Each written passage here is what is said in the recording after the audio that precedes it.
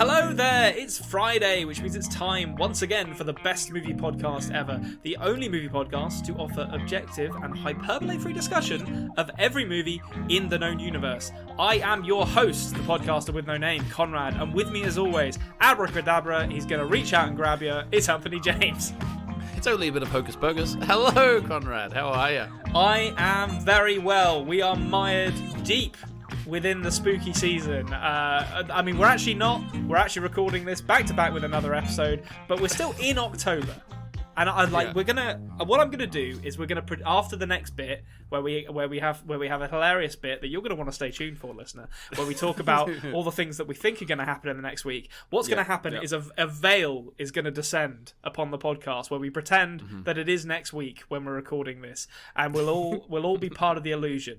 How are you doing in the fine week? Started. I'm going to bring the veil. I'm just going to. Having said we're not going to do it, I'm now going to yank that veil down for 5 seconds.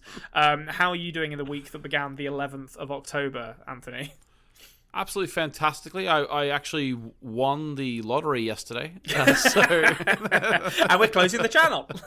Yeah. No, we're investing heavily into the channel. We're just going to buy better YouTubers to do the. I'm going to buy a volume. I don't know what a volume. What's a volume? You know the huge circular LED soundstage that Mandalorian films on? That'll fix it. That'll do it for us. And then we'll get Jon Favreau to direct our videos for us as well. Oh yeah, perfect. That's a dream. Oh, lovely. That's good to hear. This week we are not going to be recording things in a volume, which is not something I've ever heard of before. We're going to be talking about a movie that Anthony suggested 3 weeks ago, something like that. And I was skeptical about because I had never seen it. It actually turns out I have seen the first half hour or so of this because I remembered the bit where this character loses his shoes. And that is, of course, the Disney classic from 1993. It's Hocus Pocus. That's what we're talking about this week. It is very much a Halloween movie, and I am looking forward to discussing it with you because I have some thoughts, some Bette Midler-shaped thoughts. So I say, without further ado, let's talk about some movies. Let's do it. Movies. We're here to talk about them. Did I do that last week? I can't remember. You did. Yeah. I did do it. Okay, that's fine. Just I've got to be consistent. So this would normally be where we talk about the film news or interesting stuff that's happened since the last week that we recorded one of these. This is how English words work. But we haven't actually had very much of a gap. I mean, we've had what, Anthony? What would you say? 5 minutes since we recorded the last one. We took a 2-3 minute mango passion fruit break. A story may have developed in that time, but I'm not aware of it. If it has, I'm not. My finger isn't so heavily on the pulse of popular culture that I've picked up on that yet. So we're just going to have to make stuff up. Now I've got a few. I've got a few speculations that I'm going to run by you here. You let me know whether any of these sound believable. Did you say you've got one as well? I've got one. Oh, okay. Well, lovely. I'll do one. You do one. Then I'll finish with another one. First off, we speculated about the Bond casting last week because that's what everyone's going to do for the next 2 years until it's announced. My belief is that within the week, Daniel Craig is going to release a press release just saying "fuck it" and then confirm that he will just play Bond until the heat death of the universe. So that's my prediction. I mean, that's a pretty good prediction. I think it possibly will happen. Yeah. I mean, he did not want to make No Time to Die, let's be honest. Like, after he made Spectre, the things he said about the Bond series were unkind. To be honest with you, it doesn't feel like, I don't know, look, this is maybe a bit too serious for this jokey bit, but I personally grew up with, like, Pierce Brosnan, right? I don't know, kids, any kids listening, get in touch. Does Daniel Craig feel like a generation's Bond to you? I don't know. Maybe he does. He doesn't feel like it to me, you know? I mean, Bond is one of those things where your favourite is probably the one you see when you're like 10, right? It's just it's indelibly linked to nostalgia. Exactly. They don't understand what Bond's even about. In my day, Roger Moore was corkscrewing over bridges with a slide whistle playing in the background, and Daniel Craig has ruined it. Anthony, what is your prediction? Give me this story hot off the presses. Right. Okay. So this prediction, actually, to be honest with you, this probably will happen. Oh God. but not in the way I say, but it will happen. So basically, it does link to the Bond thing as well. So in recent days since Bond came out, of course, conservatives around the world have been using that as a chance to push their agenda by complaining about the idea that Bond might be a black man. Outrageous. So couldn't possibly. couldn't possibly be. But obviously, that news cycle's dying down now, so they're going to have to find another thing. And we've recently found out that there's a Hocus Pocus sequel coming. So I did too. I think between now and next week, they're going to be riled up about the possibility, even though it's not going to happen, that Bette Midler is going to be replaced with a black woman.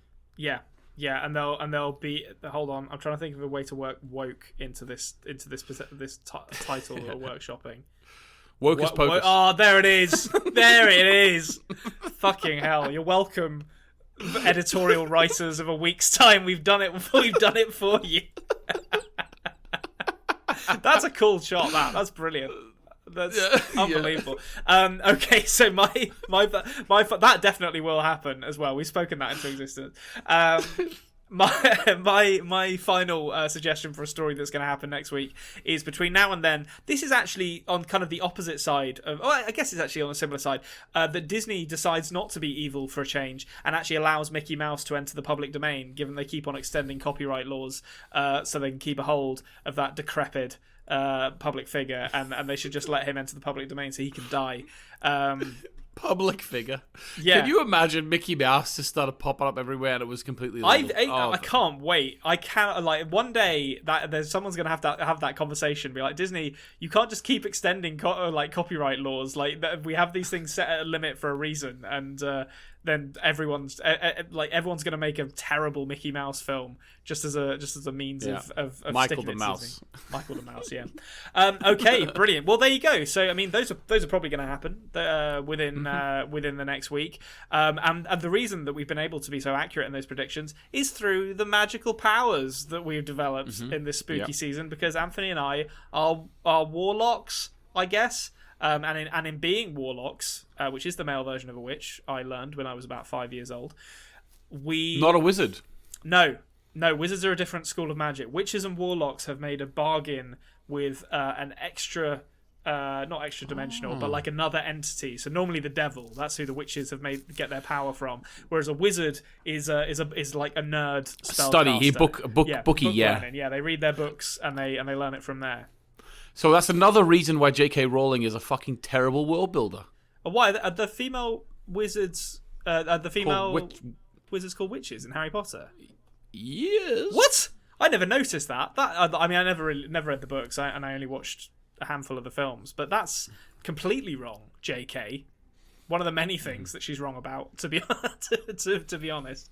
I'm pretty sure I'm right about that, guys. I haven't read Harry Potter in a number of years. Let me know, but I'm pretty sure that's true. Let us know. Well, I mean, we're talking about. I actually had an interesting conversation about this movie with someone that basically where I was saying, "Oh, we're doing Hocus Pocus this week," because I didn't really know it was a Halloween movie, and they were like, "What? How did you not know Hocus Pocus was a Halloween movie?" And my argument was that, like, well, you know, fucking Harry Potter has wizards and shit in it, and those aren't Halloween movies, but this very much is a Halloween movie. Like, like it is explicitly a Halloween movie. In fact, it's a very meta Halloween movie because it takes place on Halloween as well.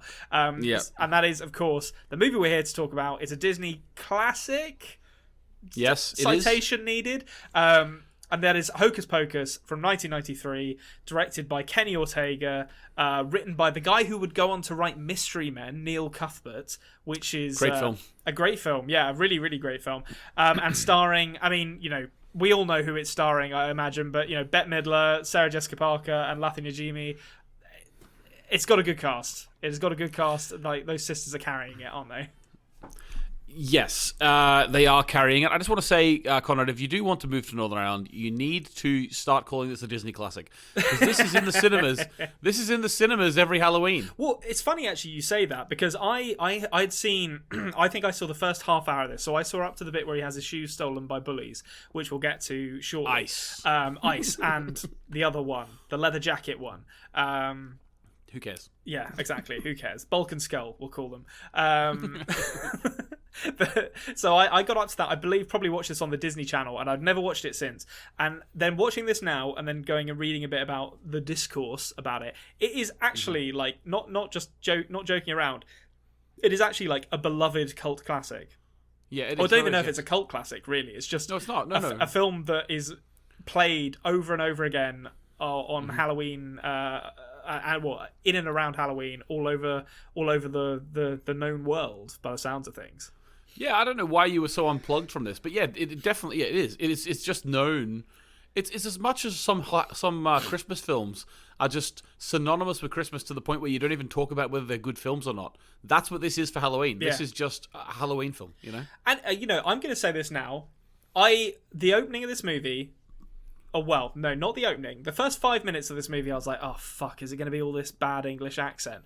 Because there's like a young lad who's like, oh, no, my sister's been taken. And it's like, fucking hell. Who put Keanu Reeves in Dracula in this with his awful... Yeah, Thackeray... What's his surname? Thackeray Binks. Funny you say Keanu Reeves, actually, because... You know that guy at the start of the film isn't actually the voice. That's not his voice, right? Oh, really? Because obviously he's going to be a cat for most of the film. Yeah. They wanted to have a voice actor play him, so he dubbed over the actor in the beginning, right? Yeah, that does make sense. Yeah. So the actor who plays Thackeray Binks, the cat, the voice actor, is actually the same. is actually the same voice actor who plays Maxie in the Goofy movie. Oh my! That's what a tie-in that is, and to be honest, both play kind of abandoned sons. To be honest, because Goofy is not a good father, and I don't know what Thackeray's dad was up to. Thackeray doesn't have a father apparently. No, he has a father because he asks his father asks what's been done with his son, but he wasn't around when his little girl was being dragged off into the woods. So I mean, yes, this movie opens with. Absolutely terrible acting. Some of the worst acting I've seen in all my years. And I was like, this is going to be absolutely terrible. And then the witches turn up, and I was like, holy shit, that's Sarah Jessica Parker and Bette Midler. All right, we're off to the races. And Lathi Najimy, who, to be honest, she's not. I don't think it's fair to say she's typecast because she's been Peggy Hill on King of the Hill for. God knows how long, 20 years or however long that show's been running. But to me, she will always be her character in Sister Act. And Rat Race, but yeah, Sister Act more so, but Rat Race she's good in too. But so whenever I see her, I'm just like, that's just your character to me. And she is kind of similar to it in this, like it's kind of funny slapstick. But they lift it. And then I've got to say, this movie then a little girl just dies, and then they get hung or hanged. I will say that the film that most people grew up watching didn't have that part in because back in the days of editing films for TV release, the hanging was not in the TV release. Oh, that's as soon as I saw that, I was like. That was my kind of like, oh, I'm reading my newspaper, I'm disinterested in this. And then as soon as the little girl died, I was like, oh, because I was like, okay, this might be a little bit darker than I expected it to be. And then when they were hanged, I was like, okay, fine. Now we're off. Now we're off to the races. Now it's a Halloween movie. And then we get introduced to Max, who is now there's a special school of male actors. It's always men in these, or boys, I should say, in these movies. In the sort of 1990 to 1996, Disney were making live action movies like Blank Check and Hocus Pocus. And there's a certain type of kind of 15 to 16-year-old boy that they always cast in these movies who are, I don't believe, have ever had any kind of acting training to speak of, and they always look exactly the same. They always have curtains. They're always like quite short and have a bit of a gumless expression on their face. And Max, played by Omri Katz, absolutely fits this to a T. I don't know what New England is like, or Massachusetts actually. I think is where Massachusetts. I don't know what Massachusetts is like. I love the implication that when he insults Halloween, it's like he's just said something racist in a classroom. Like everyone is immediately just like, socially ostracize that man. Get him out of here. Cancel Max. And it's so funny. It's imagine going to Lapland and saying that about Christmas. You know what I mean? Yeah, exactly. It's like you might as well have just walked into their house and spat on their floor. Like you've just disrespected everything that the good state of Massachusetts stands for. I mean, having said that, Konrad, later on there's a bit of hypocrisy going on here because later on when they go to the party and the girl just leaves her Halloween party to go out to the house, I'm just like, you've talked about how great this party is. You literally were like gonna punch this man in the classroom earlier, and you've just left your party. Yeah.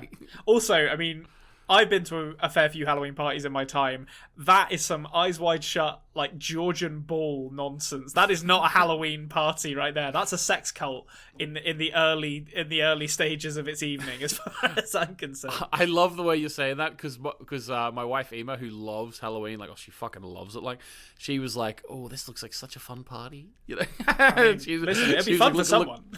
Yeah. Oh yeah. The people who are milling around the snacks table would be having fun. Yeah. I don't know if I'd want to join in the business going on next door. Yeah, Frank Reynolds like hanging around the fried chicken stand, waiting to jump in unnoticed. So, I mean, we progress onwards. So, like, he gets... I'm trying to get my chronology right. So, he insults Halloween. He asks out the character played by Vanessa Shaw, Allison, who gives him a phone number. He gets mugged, I believe, on the way home by Vulcan Skull, who... well, he gets... Yeah, they take his shoes. And this Hollywood. Hollywood. That's great. I love the fact they call him Hollywood. I like the guy with blonde. So these two actors, they come back again in another couple of scenes, and they are doing the absolute most that they can with their screen time. Like they're doing physical comedy. They're doing slapstick. They've got it all. It's none of it's good, but they're trying it all, and I respect that. So Max makes it home. He is clearly hates Halloween. He clearly has no time for it. But wouldn't you know it, he's got it. They do the old classic of establishing a character. Your main character comes home. Oh no, they're being watched through the blinds of the cupboard. Who could it possibly be? And it's like it's obviously a younger sister. I've seen a Disney movie before, and wouldn't you know it, it's fucking Thora Birch who jumps out of his wardrobe. I mean, she does a fantastic job. All I'll say, my son. Obviously, we skipped past the hanging and the murder part, but once we were watching the real life, modern day part. My son did say I was watching this again the other day, because I've already watched it twice this October. When he was watching it again the other day, he hid into me, like hugged me and hid me, and I went, "What's the matter? What's the matter?" He goes, "It's the scary pretend witch, Daddy." Thora Birch is scary, to be fair. Like, I wouldn't mess with her in this form. She's probably the most formidable character, I'm gonna say, in this movie. Most formidable human. I can't think of anyone else who's like more competent than her. No. She like I love this sort of film where like they're just blatantly in the screenplay the most competent person is like an 8-year-old. Yeah, yeah. Well, I mean, she's so okay. We progress a little bit further. They're going trick or treating. Max gets bullied again by bullies who are like just proudly and openly threatening an 8-year-old girl, which. Yeah, I don't know what things are like in Massachusetts, but in my neck of the woods, like, you have bullies, but male bullies don't generally bully little girls, because that's not great for their rep. That's not. That's the whole point of Salem. That's why they burn witches, because women were appearing too competent. Well, do you want to hear an interesting fact about this? Actually, funnily enough, this is only tangentially related to that. But you've invoked Salem again, so I'll mention it. Mm-hmm. Did you know that Sarah Jessica Parker had an ancestor called Esther Elwell, who was accused of being a witch in the Salem witch trials? Oh, really? So was that? How do you know that? That was on TVTropes.com. I found that out. I was doing a bit of research and it led me there. So Sarah Jessica Parker might actually be a witch in this movie. I don't think Thora Birch is, although she is dressed like one. But there's some witchiness going on in this movie. There's definitely something spooky going on. We'll say that. Yeah. Yeah. So why? Okay, here's a question for you. Why does Max light that candle? I don't understand his motivation for doing it, because like it's sort of like. The worst case scenario is he brings these 3 witches back to life and potentially causes like hell on earth, or causes all the children to be sacrificed so the witches can live forever. And the best case scenario is nothing happens, and then everyone's like, "Yeah, well, thanks for spoiling our fun, you idiot." Like, it's just Halloween. No. Best case scenario is he is looking in the eye of the girl that he likes and showing her that he's a virgin.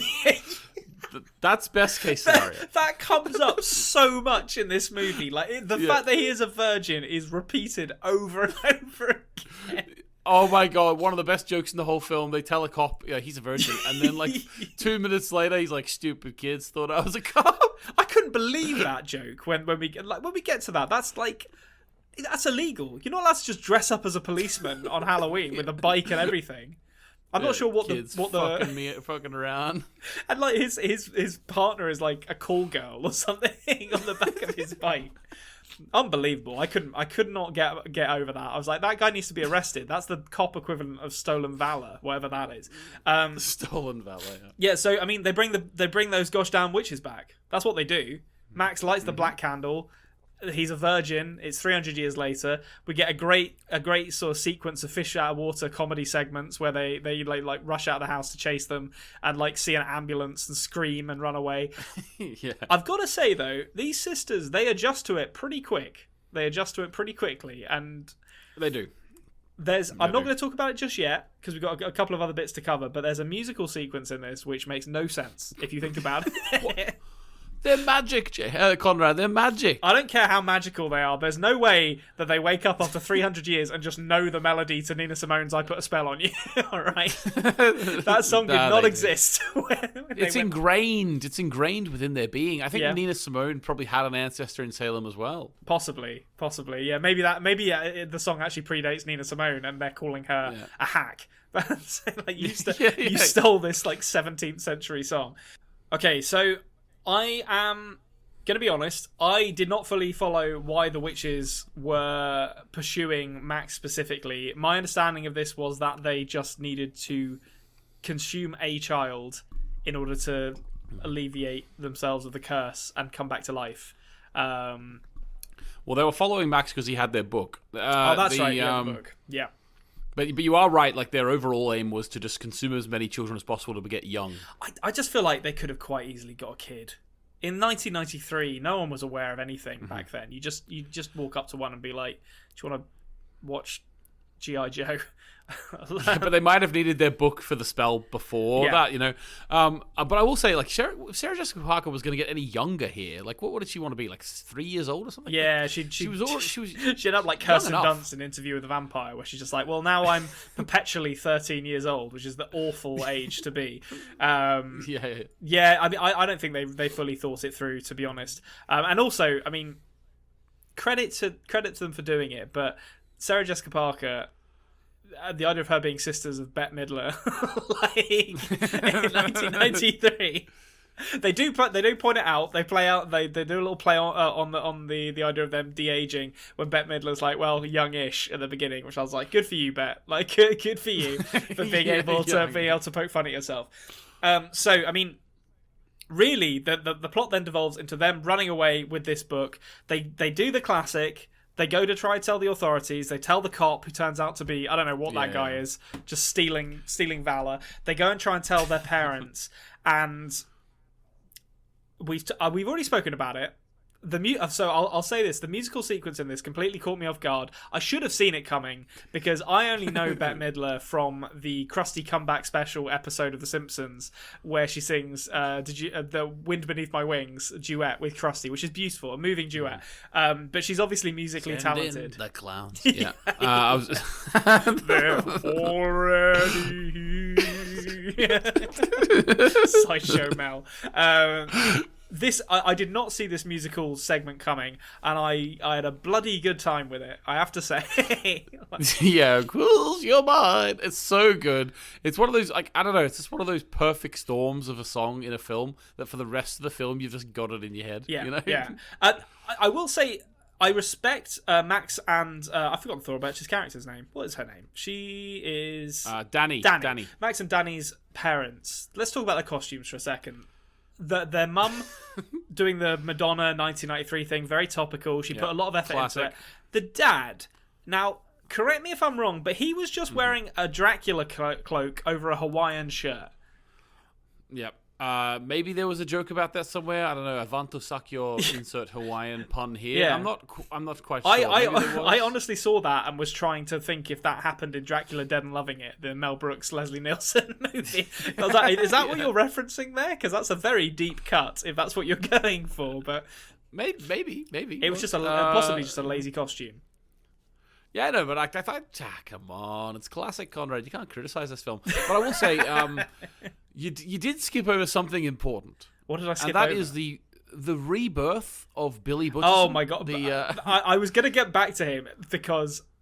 So when I saw him, I was like, okay, that's cool, and you do get some nice little bits of like kind of body horror with him, where like he gets his fingers cut off when they're running they're going through the sewers, having met Thackeray, I was going to try and make a play on words of his name then, Cat 3. Make of that what you will. He's a cat now. And you get Billy Butcherson getting his head knocked off.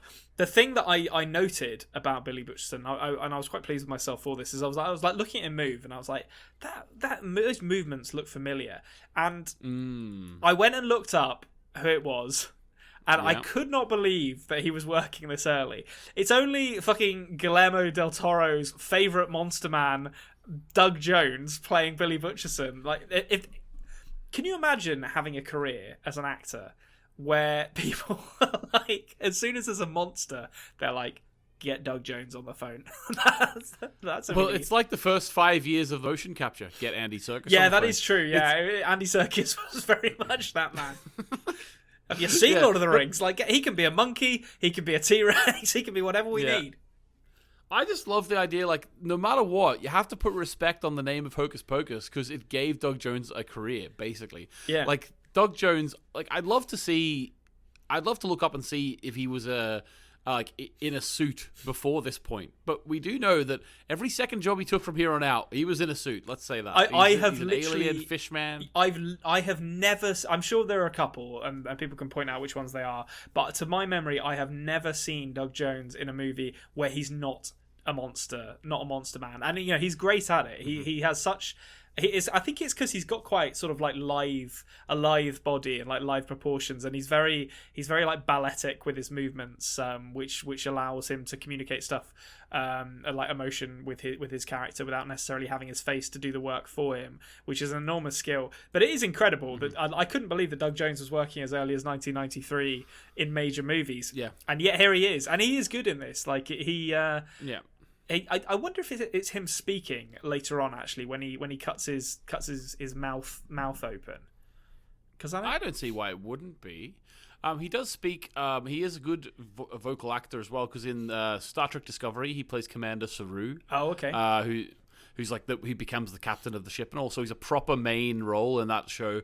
As obviously he's got a suit on, but he's speaking a lot. And actually, there's even an episode where they go into a specific spacey magic thing. And he's a human, so it's actually Doug Jones's face for the whole episode. Oh wow! Well, there you go, Doug Jones finally making it onto the silver screen as himself. But Billy Butcherson is fantastic. Great physicality to that character. It revealed as a former lover of Sarah Jessica Parker's witch, I believe, who then cheated on her and was cursed to never be able to, like, had his mouth sewn up and was cursed, and then they bring him back to be their heavy. The kids all run around for a bit. There's some scrapes, and then eventually they go all Pied Piper and charm every kid in. I can't even remember what town this is in. It's in Salem. That's why I keep saying of course Salem. It's Salem, isn't it? Yeah, I keep forgetting. To me, like, Salem isn't a real place. That doesn't. That's I can't. Oh, I have friends who've been there, and apparently it's fucking awesome. Like, they do actually really lean into it. I'd like to see it. It just doesn't feel real to me. It feels like something out of like a fantasy novel. But so they all the kids in Salem are spirited away to their house, and they have to put a stop to it through kid-related hijinks and just good old-fashioned get up and go. They just won't give up. Thackeray gets his back broken for the second time in the movie, which is legend. Yeah, he goes out swinging. He can take a bump. Oh, absolutely, he can. And I honestly didn't see the movie ending for Thackeray the way it did. I thought he was gonna. I thought they were gonna do the Space Truckers thing where they paired off the characters, and they were like, well, Max and his love interest Alison get together at the end. So Thora Birch needs to get with Thackeray at the end. They didn't do. Well, they had to get Thackeray out of the cat's body, because that puppet went on to be used in Sabrina the Teenage Witch. Oh my god, I was going to say, like, I was watching this and I was like, that CGI, I think it's some CGI on the face. There is a little bit on the face, I think, yeah. It absolutely shits all over Salem. Salem is awful when you go back and actually look at him. But it's the same. I think it's the same puppet, though. It is the same. Is it actually the same? I thought you were joking. I didn't realize you. No, I have read that. I'm happy to be corrected on that, but I'm pretty sure I've read that it is the same puppet used. Yes. Okay, well there you go. And this movie ends with Thackeray dead, wandering through the pearly gates, the witch is defeated, Max and Allison together, and Thackeray saying to his sister that he's reunited with, I needed to wait 300 years for a virgin to light a candle, which, as far as I'm concerned, if your movie ends with that, you've done something right. You've done something right to arrive at that as a line of dialogue. Like, if I was Thackeray Binks, like, and I don't know why he was, like, so panicked. If I was him, I'd be thinking, yes, this is exactly what I wanted to happen. Yeah. I wanted this candle to be lit. Otherwise, I'd always be stuck in a cat's body. Finally, like, especially, as time goes by and, teenagers become more and more promiscuous, the likelihood of finding a virgin is becoming less and less likely. So it's, that is true. He was probably being like, oh, it's never going to happen for me. I've just given up on this now. Like, if it didn't happen in, like, Here's a question for you. Go on. Do you think he ever tried to ladle himself? He must have. He must have at least once. Didn't specify human, did it? He wasn't a virgin. Listen, 300 years is a long time. We saw that here. Well, I was talking about in cat form, actually, to be honest. But he lit it once as a cat, didn't work. He's like, well, I may as well. Yeah, you know what? I've done my due diligence. Now I'm going to find some sexy lady cats to while away the time with. Do you think his worldview shifted in those 300 years he spent as a cat? Like, did he like emerge as a furry or yeah. Now that he's in heaven with his sister's like, come on, let's hang around, let's do things we haven't done for a long time, let's chat, let's play that old card game we used to play. He's like, sorry, got a convention to get to, and he's like going and dressing up like a cat. I'm gonna go play Sonic the Hedgehog on my Mega Drive, you nerd. Like, I'm like, I've been around for 300. I would have absolutely loved if at the end, whenever he changed back into a human, even though it was like not even in the realistic plane, it was just in this heaven plane. I would have loved that he wasn't able to stand up correctly. Oh, that would have been so funny if he's still walking around on all fours. I've just got used to it. All right. I do think that they made the right choice in concealing the fact that Thackeray would have obviously been a horrible racist. Like, they kept that out. They left that out, and I think that was a wise choice because it would have made it difficult to sympathise with him. Well, to be honest with you, all the characters were white, all the main characters. Yeah, so I think there might have been like one black person in the background at some point in this movie, but Disney in the 90s was pretty white. Yeah, so I can imagine, like, if this was made these days with all the white people, you could have people on the internet going, but hang on, it had to be that way. Otherwise, Thackeray would have been being racist. Yeah. We've got to be absolutely realistic in these movies about witches and Asgardian gods that are otherwise completely accurate. I mean, we missed the devil scene. The devil scene is great. The devil scene where he turns up and they just... I don't think these are real witches because they would know the devil. Like, they wouldn't just be like, here's a dude in a red suit. That's probably him, right? And then they just they know they've been away for 300 years. Well, I think the devil's changed. Yeah. He's got a new beard. It's been a while. Like, he's tarred himself up a bit. I mean, there are some great comedic scenes in this, and I will be honest. I went in expecting to hate it. I went in expecting it to be a blank check experience where I was like, this was bad when I saw it as a child, and it's only worse now. But it's actually a really fun movie. It is a really fun movie. Yeah, there's a lot to like about it. The I can't actually remember their surname now, but the witch sisters, Sanderson sisters. That's it. They were fantastic. Even Sarah Jessica Parker, who is normally if Sarah Jessica Parker is in something, I normally have to not watch it because I find her very annoying. But even she very little lines in this. Let's say very little lines in this.